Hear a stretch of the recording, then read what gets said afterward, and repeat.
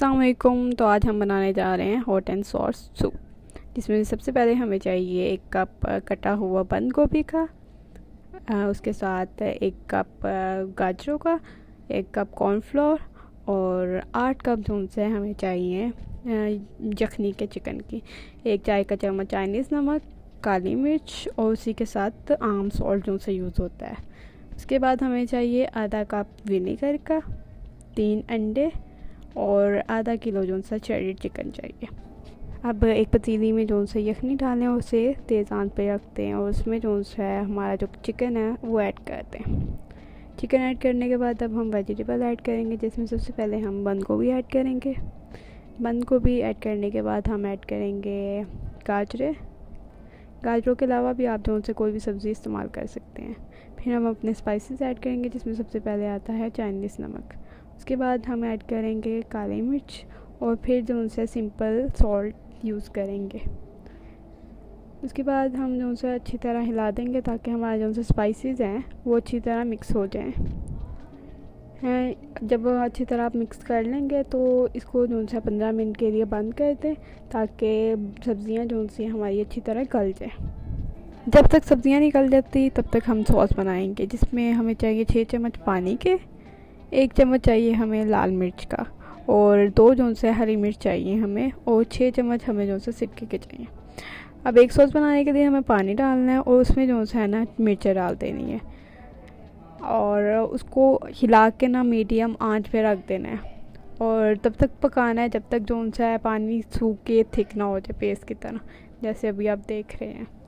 अब ये देखिए साइडों पे ये थिक हो गई है ना, नज़र आ रहा है, बबल्स भी बन रहे हैं, तो इसका मतलब आपकी तैयार हो गई है और इसकी कंसिस्टेंसी ये होगी। अब हम जो सा दूसरी सॉस में लाएंगे, जिसमें सबसे पहले हम सिरका डालेंगे और इसमें जो से मिर्चें डाल देंगे और उसको पकाएंगे ताकि मिर्चों का टेस्ट जो है सिरके में आ जाए। और इसको तब तक पकाएंगे जब तक मिर्चों का रंग जो है ना हल्का हल्का ब्राउन होना शुरू हो जाएगा। अब जो से हम दोबारा अपने सूप की तरफ अब हम अपने जो है सूप को थिक करेंगे। वो जो सा हमने कॉर्नफ्लोर लिया था उसमें 1 कप पानी डाल के उसको लिक्विड फॉर्म में दे के आके फिर आहिस्ता आहिस्ता जो है हम अपना लिक्विड सूप में ऐड करेंगे।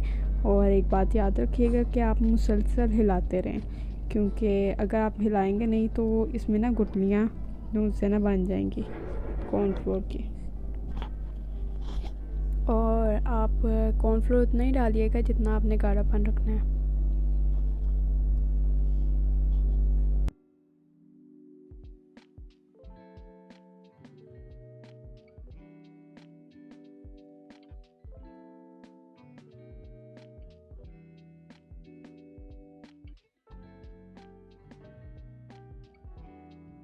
जैसे कि अब बॉयल आ गया है और अब जो सा आपका सूप भी थिक हो गया है। इसके बाद हम अंडे डालेंगे, वो भी आहिस्ता आहिस्ता डालेंगे और मुसलसल हिलाते रहेंगे ताकि एक ही जगह जो सा अंडे ना पक जाए। इसको भी जो सा डालने के बाद 1-2 मिनट जो सा पकाएंगे अच्छी तरह और उसके बाद जो सा आपका सूप तैयार होगा।